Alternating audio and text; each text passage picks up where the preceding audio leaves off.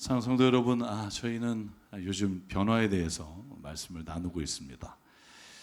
여러분, 인생의 목적이 변하길 바랍니다. 성공의 기준이 바뀌기를 원합니다. 축복의 기준이 바뀌고 또 인간관계의 목적이 바뀌기를 주의 이름으로 축복합니다. 특별히 제가 성품의 변화를 위해서 기도하기를 여러분에게 부탁드렸습니다. 제가 몇 분에게 이런 얘기 들었어요. 성품이 변하지 않아서 미칠 것 같다. 교회에서 말씀드릴 땐 변한 것 같은데 가면 왜 안 되는지 모르겠다. 그리고 저에게 막 고백하는 분들도 있어요. 저는 바울의 말씀이 이해가 가요. 너희가 말씀을 듣고 고민한다니 나는 기쁘다. 이런 말이 바울의 서신서에 있어요. 너희가 내 말을 듣고 고민하고 괴롭다니 나는 기쁘다. 왜냐하면 그 고민과 괴로움은 하나님 안에서 주님이 주신 열매로 나타나기 때문이다. 저는 저와 여러분이 이번에 변화에 대한 말씀을 나누면서 우리의 삶에 실질적인 변화가 있기를 주의 이름으로 축복합니다. 여러분, 우리가 오늘 나눌 말씀은 신앙생활에 가장 중요하다고 여기는 예배입니다. 예배. 여러분, 우리가 왜 함께 모여서 예배를 드릴까요? 제가 여러분에게 물어본 거예요. 우리가 왜 함께 모여서 예배를 드릴까요? 네? 지체니까. 네. 또 왜 여기로 오셨어요? 그 먼 데서. 네. 예배 드리는 목적, 그러면 우리가 보통 이런 대답을 해요. 하나님의 영광을 위해서, 또 주님을 만나기 위해서, 그리고 우리가 하나님이 주신 은혜를 받기 위해서. 여러분, 아마 이 대답 안에 크게 다르지 않다고 생각해요. 근데 여러분에게 여쭤볼게요. 하나님께 영광 돌리는 게 뭘까요? 하나님을 만난다는 게 무슨 뜻이죠? 우리가 은혜 받았다는 게 뭘까요? 정기철 목사가 하는 말이 맞아, 내가 바로 그 생각이야, 이렇게 질적 동의를 하는 경우를 은혜 받았다고 하는 분이 많아요. 목사님 나하고 생각이 같으시네요. 그건 은혜 받은 게 아니에요. 여러분, 저는 오늘 사도 바울의 말씀을 통해서 진짜 예배가 왜 필요한지, 예배를 드리는 목적이 뭔지를 우리가 깨닫고 그 말씀대로 예배 가운데 나오기를 주의 이름으로 축복합니다. 여러분, 온라인 예배도 가능한데 왜 이 자리까지 올까? 그것이 오늘 사도 바울이 우리에게 주신 말씀이에요. 여러분, 사도 바울은요, 오늘 저희가 읽은 로마서 12장 1절에 이렇게 말합니다. 사랑하는 여러분, 그러므로 내가 하나님의 모든 자비하심으로 여러분을 권하노니 여러분의 몸을 하나님이 기뻐하시는 거룩한 산 제물로 드리십시오. 이것이 여러분이 드려야 되는 합당한 예배입니다. 여러분, 첫 번째로 사도 바울이 뭐라고 말하냐 하면, 예배를 드리기 위해서 필요한 것, 예배를 하나님 앞에 드리기 위해서 우리가 먼저 갖춰야 될 게 뭐냐 하면 헌금이 아니라는 거예요. 하나님께 드리기 위해서 가장 필요한 건 몸이라는 거예요. 여러분, 사도 바울은 합당한 예배는 우리의 몸을 하나님께 드리는 예배가 합당한 예배라고 말해요. 왜 그럴까요? 바울에게 예배의 목적은 우리가 생각하는 것과 다르기 때문이에요. 하나님의 영광, 하나님을 만나고 은혜를 체험하고 이 모든 말들이 틀렸다는 게 아니라 그거보다 먼저 되는 이유가 있다는 거예요. 여러분, 그 이유를 바울은 2절에서 이렇게 말합니다. 첫째, 이 세대를 본받지 말고 마음이 새롭게 함으로 변화를 받으십시오. 예배를 왜 드린다고요? 첫 번째, 변화하기 위해서요. 공감 안 하시는군요. 그냥 은혜 받으면 되지 뭘 변하는 것까지 예배에서 막. 사도 바울은 분명히 말해요. 이 세대를 본받지 말고 너희의 마음이 변해야 된다. 그게 합당한 예배다. 예배를 왜 드립니까? 사도 바울은 분명히 말해요. 마음의 변화를 받아 새롭게 돼야 합니다. 여러분, 사도 바울이 하나님께 영광을 돌리라는 말을 굉장히 많이 해요. 근데 예배만큼은 그 단어를 안 쓰고 있어요. 여러분, 고린도전서 6장 19절에 보면 너희의 몸으로 하나님께 영광을 돌리라라고 강조해요. 제가 읽어볼게요. 너희 몸은 너희가 하나님께로부터 받은 바 너희 가운데 계신 성령의 전인 줄을 알지 못하느냐? 너희는 너희 자신의 것이 아니라 값으로 산 것이 되었으니 그런즉 너희의 몸으로 하나님께 영광을 돌리라 해요. 그런데 예배는 하나님께 영광을 돌리러 나와라 라고 말하지 않아요. 사랑 여러분, 우리의 몸은 하나님께 우리의 삶이 영광을 돌려야 돼요. 그런데 하나님께 영광을 돌리는 삶이 되기 위해 필요한 게 뭐냐 하면 예배예요. 물론 예배 자체도 하나님께 영광을 돌려요. 그러나 보다 중요한 건 우리가 예배를 통해 우리가 변화됨으로 우리의 삶의 자리에서 하나님께 영광을 돌리게 되는 거예요. 사랑 여러분, 예배 가운데 우리가 또 하나 깨달아야 될 것이 2절에 이렇게 말합니다. 하나님의 선하시고 기뻐하시고 완전하신 뜻을 분별하기 위해 예배를 드려요. 여러분, 왜 예배를 드립니까? 사도 바울은 두 가지예요. 여러분의 몸이 먼저 하나님께 제물로 드려져야 되는 게 그게 예배고, 그 예배를 통해 뭘 원해요? 하나님은 우리가 마음이 새롭게 변화되기를 원하시고 하나님의 선하시고 기뻐하시고 온전하신 뜻이 무엇인지를 분별하기 위해 예배를 드려요. 그러니까 예배란 하나님 앞에 나와서 우리 자신이 어떻게 변화해야 되는지 그 길을 발견하는 거고요. 그리고 예배를 통해서 내가 하나님의 뜻을 분별하는 거예요. 여러분, 저는요 애매모호한 말을 별로 안 좋아해요. 예를 들면 하나님께 영광을 돌리자. 제가 여러분에게 물어볼게요. 영광 돌리자가 뭔 말일까요? 어떤 목사님은 하나님께 영광을 돌리기 위해 세계에서 제일 큰 교회를 건축하기로 마음을 먹었대요. 저는 이게 틀리다라고 말하는 게 아니에요. 영광을 돌린다는 말로 내가 원하는 뭐든지 갖다 댈 수 있어요. 하나님께 영광을 돌리기 위해 완전히 반대로 나는 오히려 모든 것을 나눠주고 모든 것을 섬기고 베푸며 살겠습니다라고 말할 수 있다는 거예요. 여러분, 고대 시대에는 하나님께 영광을 돌리고 경배하고 섬기기 위해서 자식을 제물로 바쳤다니까요. 하나님께 영광을 돌리고 섬긴다, 경배한다, 이것이 예배의 본 의미고 뜻입니다. 그래서 히브리어로 하면 아바드라고 해요. 이게 뭐냐면 부복하다, 엎드리다, 무릎 꿇다, 섬긴다라는 의미예요. 프로스키네오, 이건 헬라어로 예배라는 말이에요. 이 프로스키네오도 똑같은 말이에요. 섬긴다, 경배한다, 무릎 꿇는다, 부복한다. 이 말의 뜻이 뭐냐는 거예요. 여러분, 저는요 애매모호한 기독교 용어 뒤에 숨지 않기를 주의 이름으로 축복합니다. 제가 석사 논문, 박사 논문이 뭐냐면 기독교 용어의 사회화란 주제를 가지고 썼어요.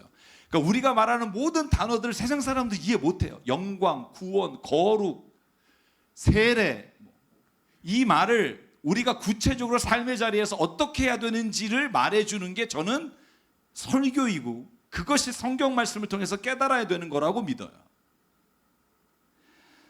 산 여러분, 우리가 하나님께 영광을 돌립니다. 하나님을 섬기는 삶을 삽시다. 마치 이런 말은 저는 이렇게 들려요. 선거 때마다 정치인들이 하는 말. 나는 안 하려고 했는데 국민이 원해서 내가 나옵니다. 나는 그 사람을 원한 적이 없어요. 아니, 자기가 국민이 원해서 나온대요. 뭐 국민이 원해서 이걸 추진한데 저에게 물어본 적이 없다고요. 그러니까 하나님의 영광이란 단어가 어찌 보면 우리가 그 단어를 씀으로 인해 내가 굉장히 믿음이 있는 삶을 사는 것 같지만 어떠면 아무 알맹이가 없는 삶을 살 수 있다는 거예요. 사랑 여러분, 하나님이 지극히 작은 자에게 한 일이 나에게 한 일이다. 이 말을 구체적으로 무슨 말인지를 알아야죠. 제가 설명을 드리면 이래요. 지금 우리가 살아가는 삶의 자리에 하루에 한 끼를 먹을 수 없거나 장애를 가져서 더 이상 어떻게 할 수 없으며 세상에서 차별당하는 사람의 편이 되주라는 말이에요. 이게 지극히 작은 자에게 함께 한다는 말이에요. 이 외에도 다른 뜻이 있습니다만, 여러분, 사도 바울은 언제나 편지를 쓸 때 그 지역의 그 교회에 구체적인 말로 편지를 썼어요. 이걸 애매한 말로 여러분 우리가 살아가지 않기를 바라요. 사도 바울이 로마 교회를 향해서 쓴 편지에 왜 예배에 대해 이렇게 쓸까? 로마 교회는 이런 예배를 드리지 않았다는 거예요. 로마 교회는 사랑하지 않았고 로마 교회는 함께하지 않았다는 거예요. 여러분, 사도 바울이 말한 첫 번째 예배 목적을 말씀드립니다. 저와 여러분이 변화되기를 원합니다. 그리고 저와 여러분이 하나님의 선하시고 기뻐하시고 완전하신 뜻이 무엇인지 분별할 수 있는 은혜를 받기를 주의 이름으로 축복합니다. 그러면 하나님의 기뻐하시는 뜻이 뭐예요? 이걸 또 물어야죠. 제가 그래서 쓰고 싶은 책이 딱 하나 있어요. 꼬리에 꼬리를 무는 기독교. 이런.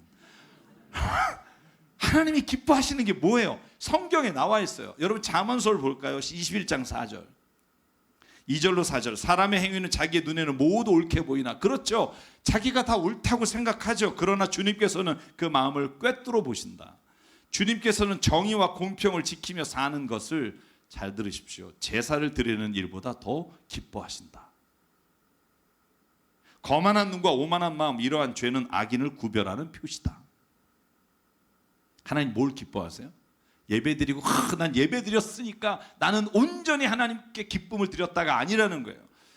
당신이 세상에 살아갈 때 공평하고 정의를 지키는 것, 그것이 예배보다 더 중요할 수 있다는 거예요. 여러분, 이걸 데살로니가전서 5장 16절 사도 바울이 뭐라고 표현해요? 항상 기뻐하십시오. 끊임없이 기도하십시오. 범사에 감사하십시오. 이는 그리스도 예수 안에서 우리를 향하신 하나님의 뭐다? 뜻입니다. 하나님의 뜻이 뭐예요? 기뻐하는 거예요. 감사하는 거예요. 여러분, 오늘 교회 올 때도 감사하는 마음으로 오셨나요? 13명. 네. 여러분, 기뻐하는 마음으로 오셨나요? 28명. 네. 만약에 그런 마음이 아니라 우리가 정말 또 교회 오래 온다, 또 안 오면 뭐라 그러게, 여러분, 이런 마음으로 오는 건 예배가 아닌 거예요. 왜 그런 마음을 가지고 오냐 하면 이 자리에서 드려지는 예배가 뭔지에 대한 확신이 없기 때문이에요. 여러분, 일주일에 2시간, 아니 오가는 시간이 굉장히 기신 분들은 한번 6시간 잡읍시다. 일주일에 6시간 하나님 앞에 나와 예배하는 시간, 그 시간이 우리의 인생에서 우리의 삶의 모든 방향을 결정할 수 있는 순간이라면, 그게 하나님의 온전하신 뜻을 분별할 수 있는 시간이라면, 그 시간이 아깝다 여겨지는 건 우리가 무엇인가 잘못된 삶의 길을 걸어가고 있다는 거예요.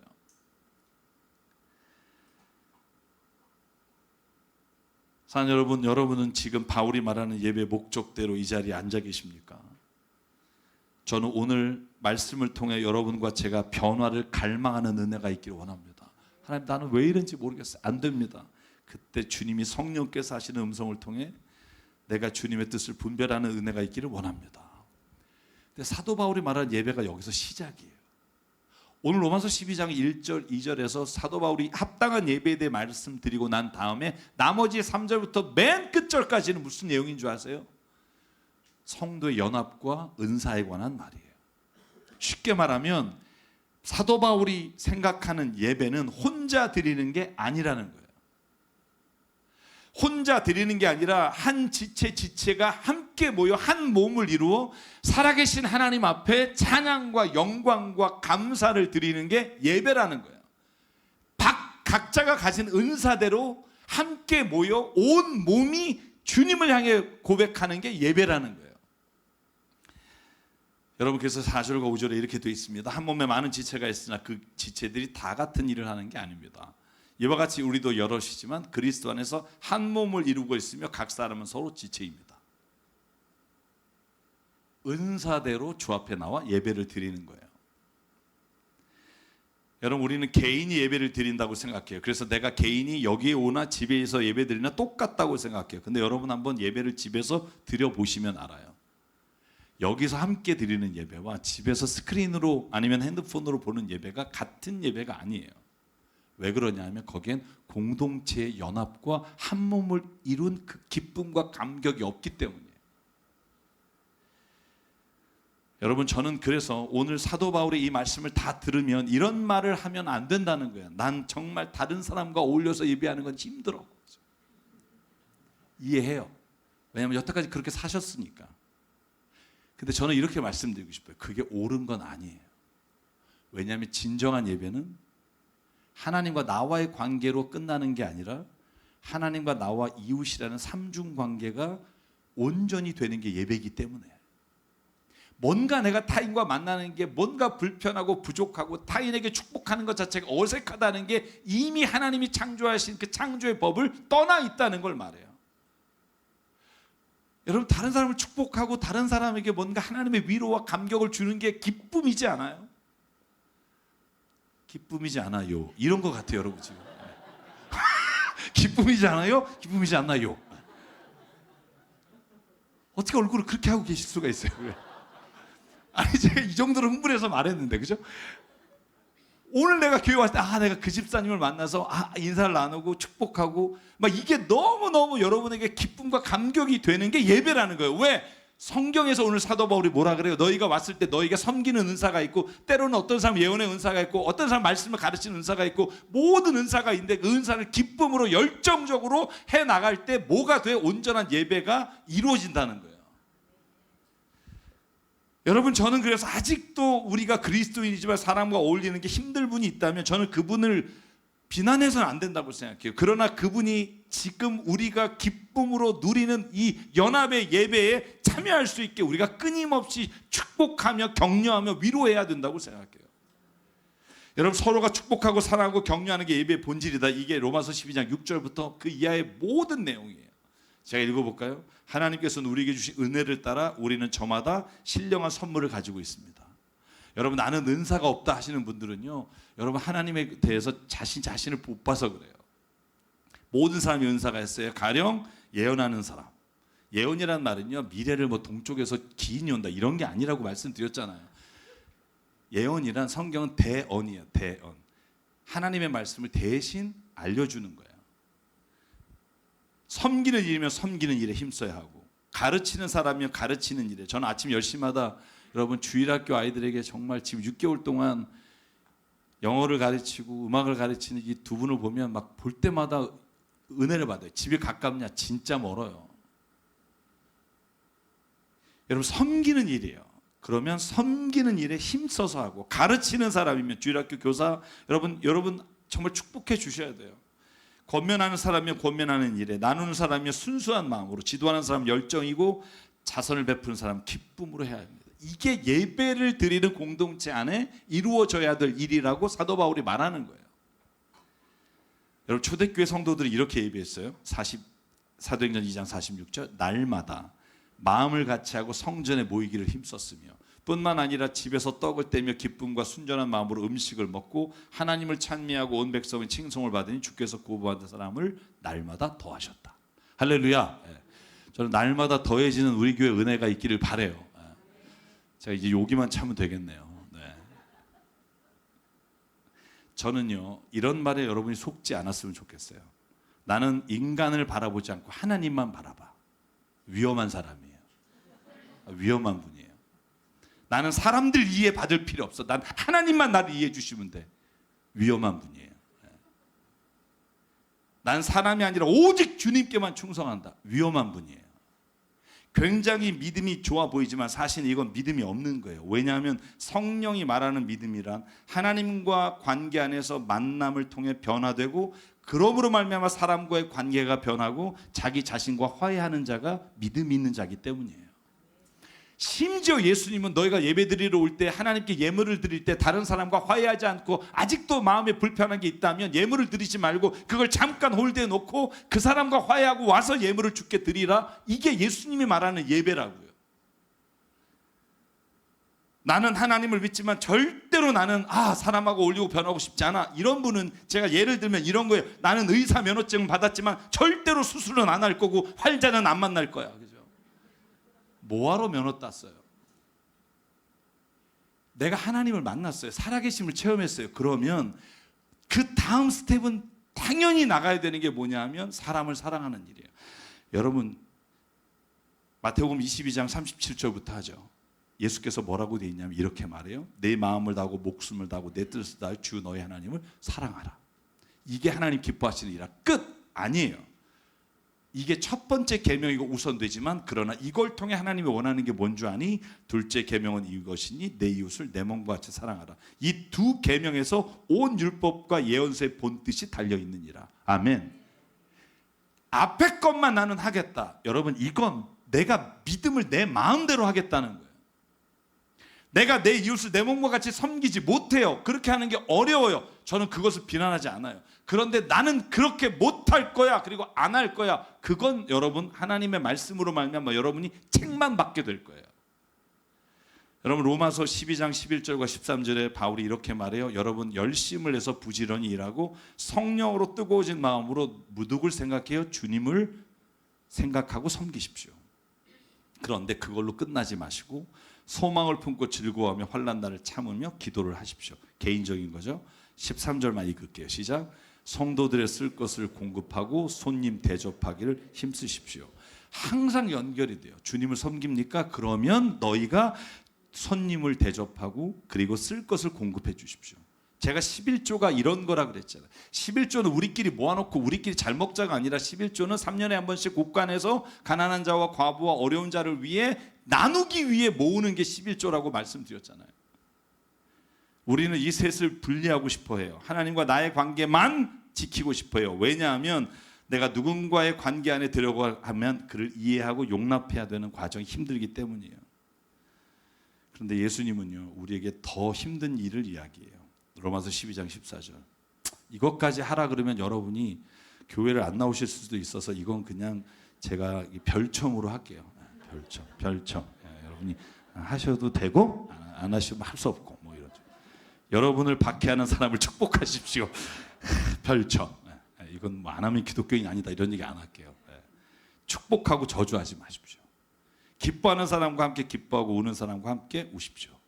서로 한 마음이 되고 교만한 마음을 품지 말고 비천한 사람과 함께 사귀고 스스로 지혜 있는 채 하지 마십시오. 아무에게도 악을 악으로 갚지 말고 모든 사람이 선하다고 생각하는 일을 하려고 애쓰십시오. 여러분 쪽에 살 수 있는 대로 모든 사람과 더불어 화평하게 지내십시오. 아멘. 하나님과의 관계가 변하는 거. 그래서 내 자신이 하나님 안에서 변하잖아요. 그러면 사람과의 관계가 변화되는 게 우리의 기도 제목이 돼야 돼요.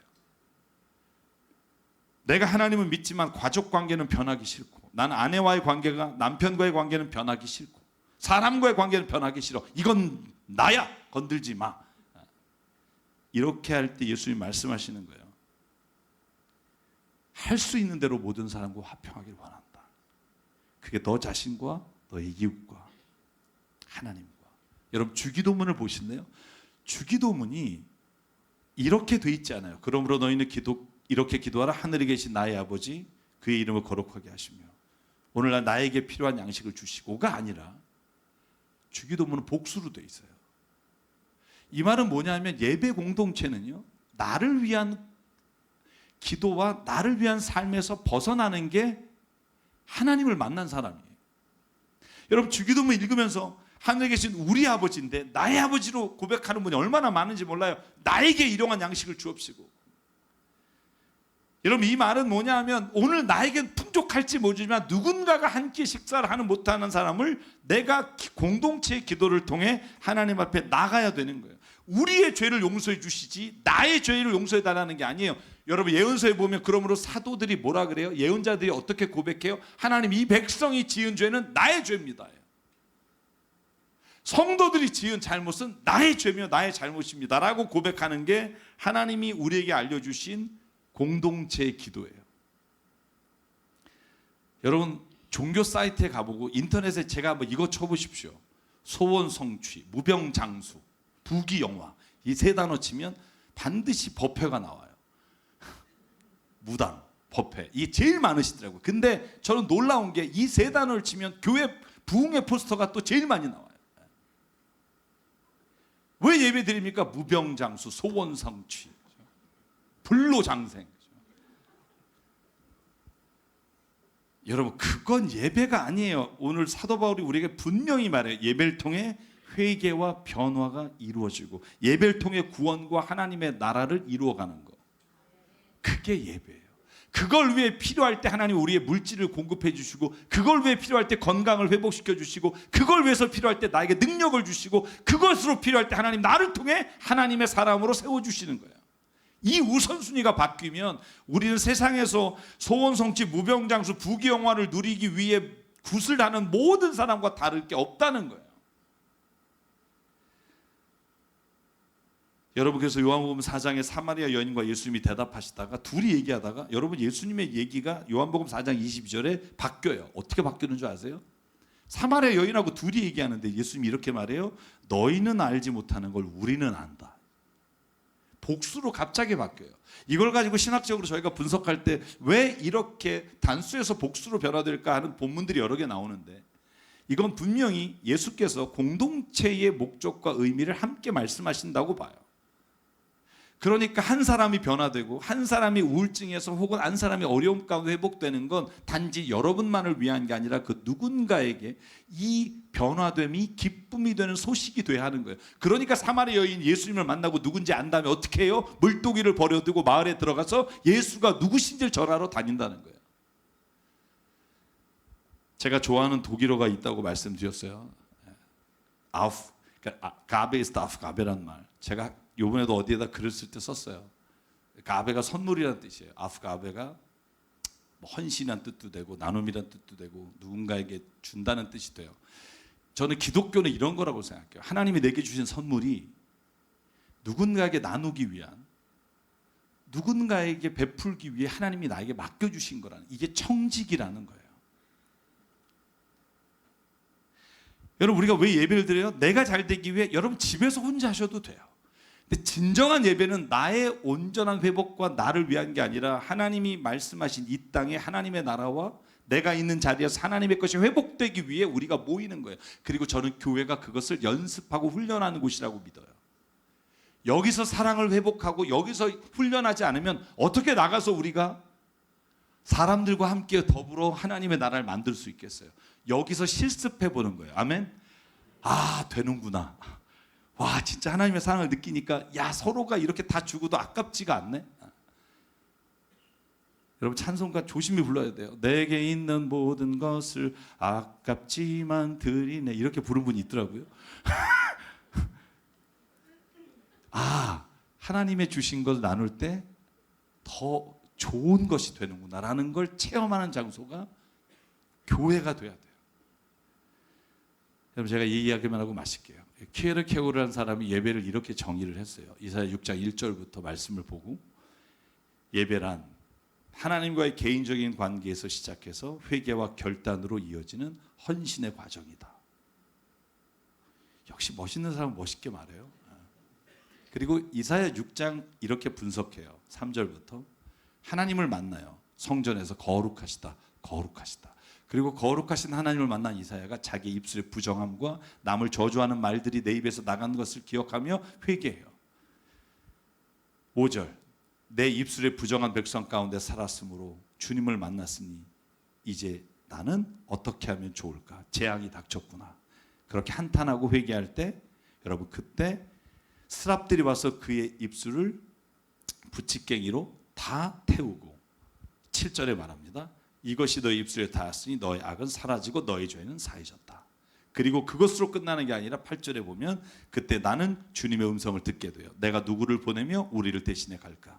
그때 내가 아뢰었다. 빨간 글씨만 읽어볼까요? 시작. 네, 여기에 있습니다. 저를 보내어 주십시오. 하나님과 만나 그 거룩하심에 내 죄가 회개되고, 그리고 나서 나 혼자 내 길을 가는 게 아니라 주님이 보내시기를 원하는 자리에 내가 헌신하며 가는 거. 이게 예배라고 말해요. 사랑 여러분, 예배 자리에 오는 게 얼마나 힘들고 어렵다는 거 잘 알아요. 그러나 내 삶의 시간을 주님께 드리는 소중한 시간을 저와 여러분이 놓치지 않길 바라요. 그러므로 인해 우리가 변화되고 우리가 다 함께 하나님의 나라를 이루어가는 승리의 함성을 부르기를 주의 이름으로 축복합니다. 오늘 예배 끝나면 여러분 밖에서 여러분에게 책을 나눠드릴 거예요. 제가 지난주에 광고했던 이 책은 몇 권 없어요. 여러분 정말 내가 예배를 알고 싶은 분 가져가시고요. 그 외에 2권의 책이 있어요. 하나님을 만난 사람들, 그리고 기독교 기본 진리라는 책들을 제 친구들이 참 이번에 한꺼번에 보내줘서 제가 여러분에게 나눠드리는데 다 가지는 않을 거예요. 내가 어차피 가져가서 안 읽을 거다 하시는 분들은 양보하시고 가져가 바래요. 안동원 교수님이 쓰신 예배 꿀팁에 이런 문장이 있어요. 이것만 읽고 마치려고 해요. 제가 가장 좋아하는 표현 중에 주일 예배는 시간의 성소라는 이야기가 있습니다.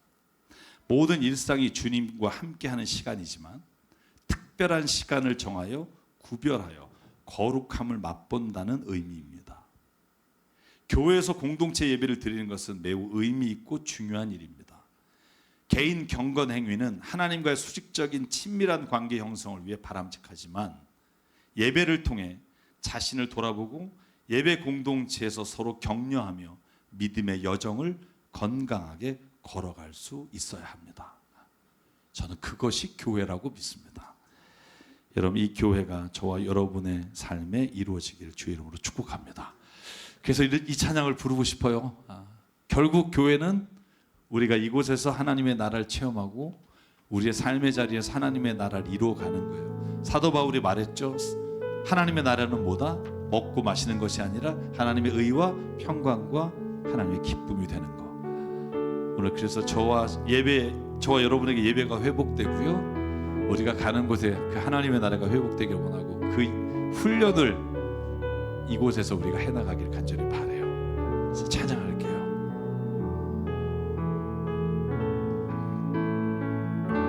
주의 나라가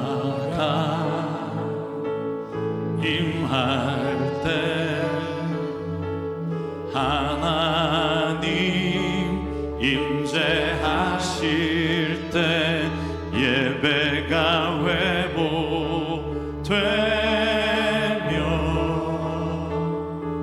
기적은 일어나네.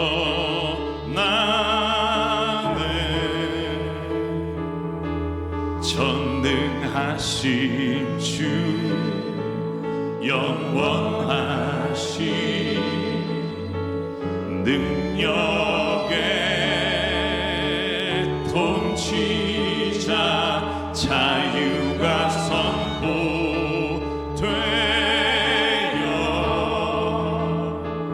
주 백성 돌아오네.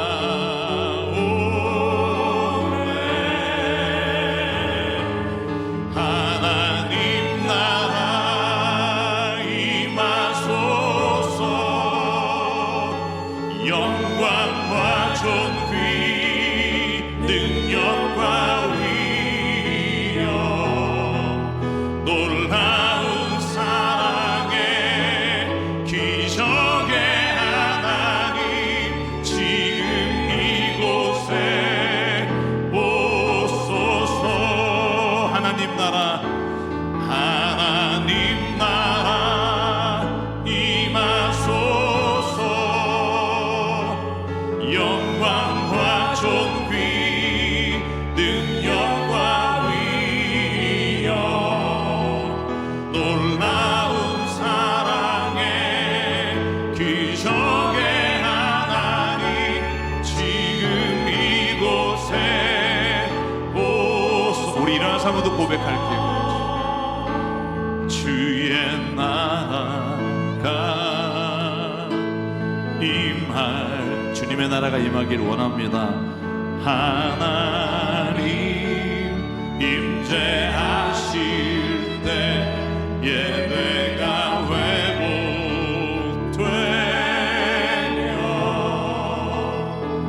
기적은 일어나네.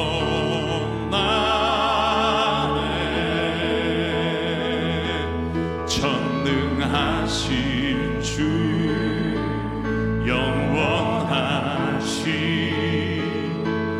능력의 통치자 자유가 선포되어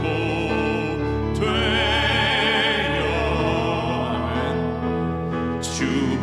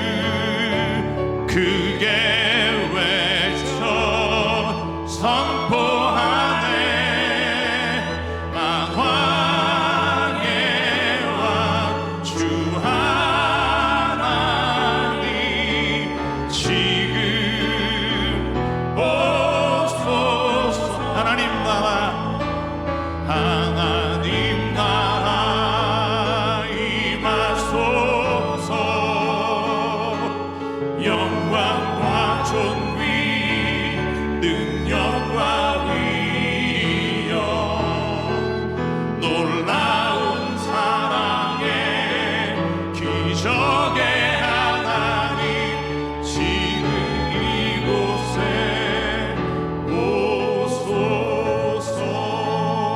오소서. 이 시간 함께 기도하실 때 하나님, 오늘 예배를 통해 하나님 내가 진정으로 변화되길 소망합니다.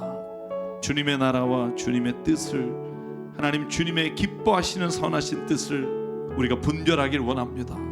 또한 성도들과 함께 그 나라를 위해 살아가는 은혜와 기쁨이 있기를 원합니다. 하나님, 오늘 내 삶에 그 변화를 이루어 달라고 이 시간 주님 앞에 한 목소리로 함께 기도하겠습니다. 상관의 하나님 감사합니다. 아버지 하나님, 오늘도 우리를 이 자리에 불러주시고 아버지 정말 하나님의 말씀 가운데 하나님 세워주시니 하나님 감사합니다. 오늘도 하나님 우리가 예배하는 자리에 나올 때 하나님 기쁨으로 감사함으로 하나님의 뜻을 분별하며 나오게 도와주시옵소서. 우리가 함께 일할 때 아버지 정말 우리가 함께 하나님의 나라를 이루어갈 때 아버지 그 자리에 임하신 하나님의 놀라운 은혜를 체험케 하여 주시고 이제는 나 혼자가 아니라 우리가 주님 앞에 나가 아버지의 나라와 뜻을 위해 일하게 도와주시고 간구하게 하시고 서로를 향해 위로하며 격려하며 섬기며 이 공동체를 통해 하나님이 원하시는 일들을 하나님 이루어가게 도와주시옵소서. 손가락질하는 것이 아니라 정죄하는 것이 아니라 온전히 주님이 아버지 우리를 통해 서로를 위로하고 아버지 하나님의 나라를 서로가 간구하며 나가는 믿음의 자리가 되게 하나님 역사해 주시고 이끌어 주시옵소서. 하나님의 나라가 온전히 우리 가운데 임하시는 줄 믿사옵고 예수 그리스도의 이름으로 간절히 기도합니다.